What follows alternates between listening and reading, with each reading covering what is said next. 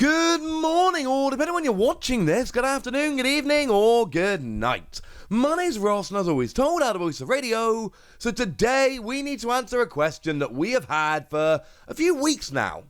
And that is, what is going on with those Omakase decks over in Japan? Now, for those that may have forgotten, we've got these EX Start decks. They are coming out in Japan in a couple of weeks. And essentially, there are 8 different flavors of them, each featuring a brand new EX that we've never seen before. It's rather lovely. Now, there's one for each typing. Essentially, the typings are, we've got the Decidueye for grass, Victini for fire, Greninja for water, Miraidon for lightning, which, for what it's worth, is the only one that sold out quickly over on the Pokemon Center Online. We've got Clefable for psychic, Koraidon for fighting, Houndoom for darkness, and Melmetal for metal. But I told you there were also going to be extras. There were going to be what we call these Omakase decks, which basically meant there were 2 extra kind of secret decks that you could go and pick up instead. You might get lucky and get one of the secret ones. Although it does say they'll be sold later, so I'm hoping these are just, being sold as regular decks later on. But there is an option where you can get one of them at random. But we don't know what they are. Now, we assumed they were going to be Colorless and Dragon. Now, that wasn't a particularly spectacular prediction to make, because if you have a look at the ones so far revealed, we've got every type but Colorless and Dragon. Well, they are Colorless and Dragon, but the surprise is they are Terrestrial EXs. We've got Greedent, and we've got Dragonite. They are not altered type Tera EXs, they are just regular. Greedent is colorless, Dragonite is dragon. And that is very important, because this set actually comes out 3 weeks before Ruler of the Black Flame. So if these Tera EXs came out 3 weeks before Ruler of the Black Flame, they would actually be the very first type-shifted Tera EXs that we ever got. That is not the case, but they still seem pretty cool. So let's go and have a gander about what they do. As always, I have done the translations myself here, but I have gone and checked with a lovely Antoine Boulet to make sure I've not done a silly. So Greedent here, we've got 260 HP on a stage 1, and we've got a really interesting first attack. Look at the top 3 cards of your deck, and you can either put them into your hand or trash them and draw 3 cards. It's kind of like hyperspeed trekking shoes.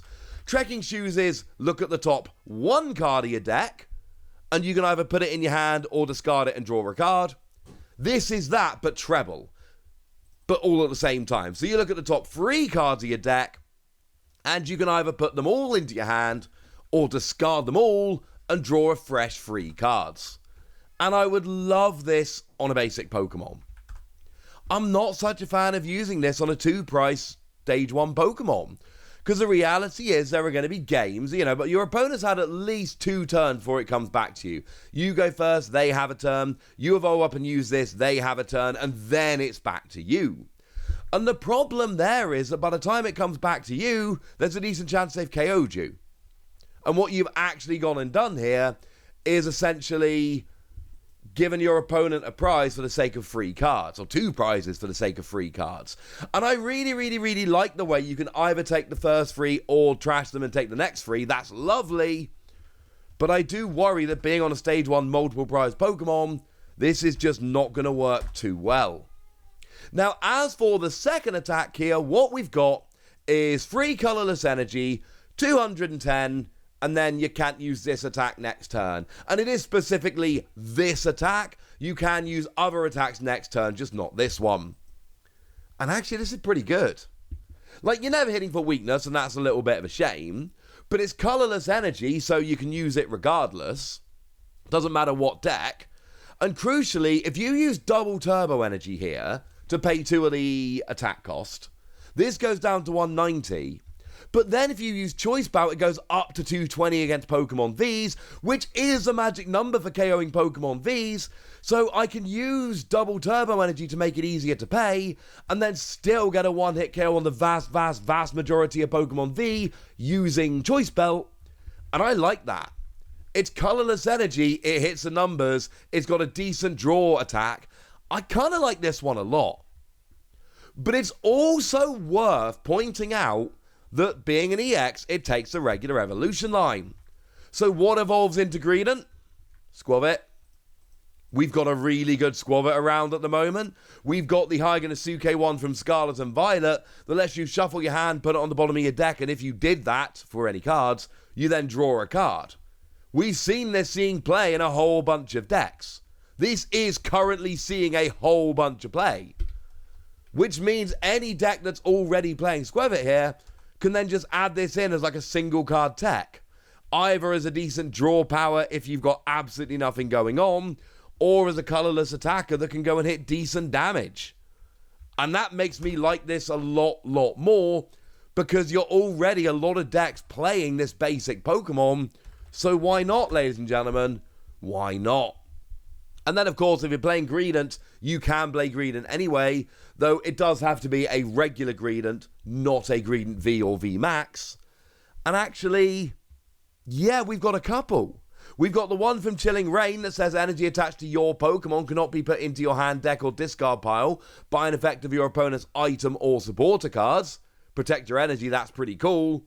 And then we've got the one from Lost Origin that for 2 energy lets you discard your hand, and if you discarded 5 or more, you do 210 for 2 colorless energy on a single prize Pokemon.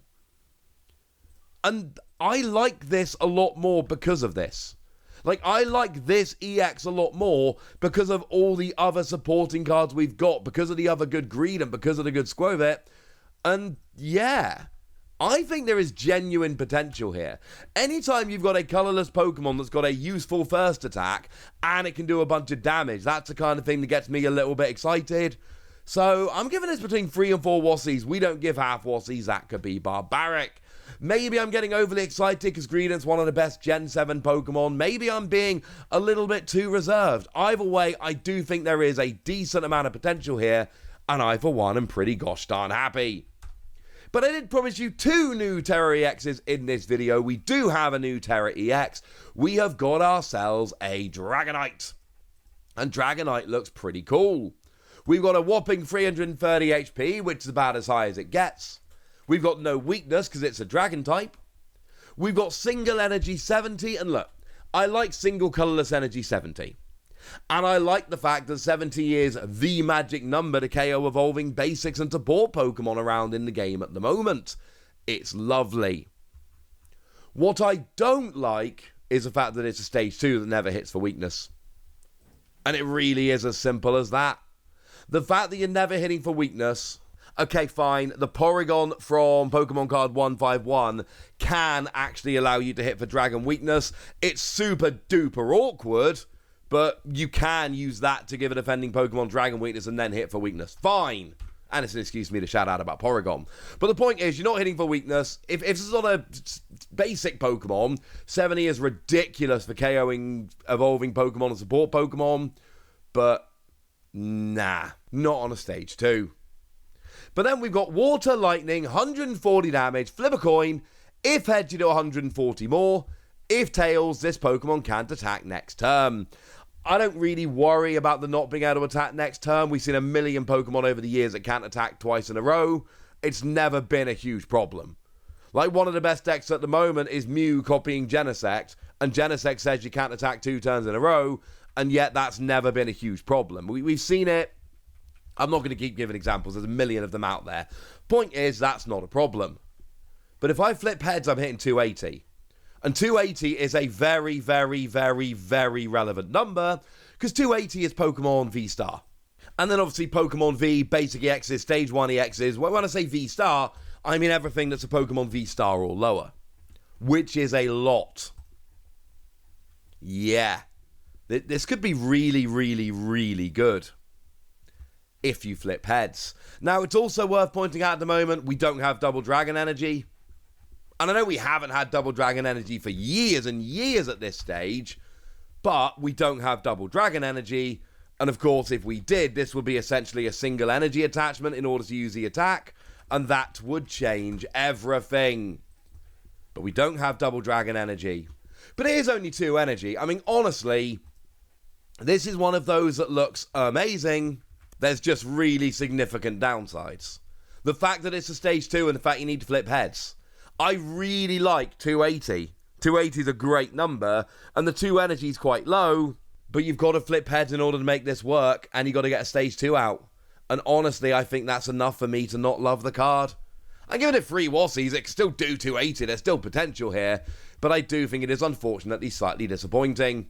Sorry.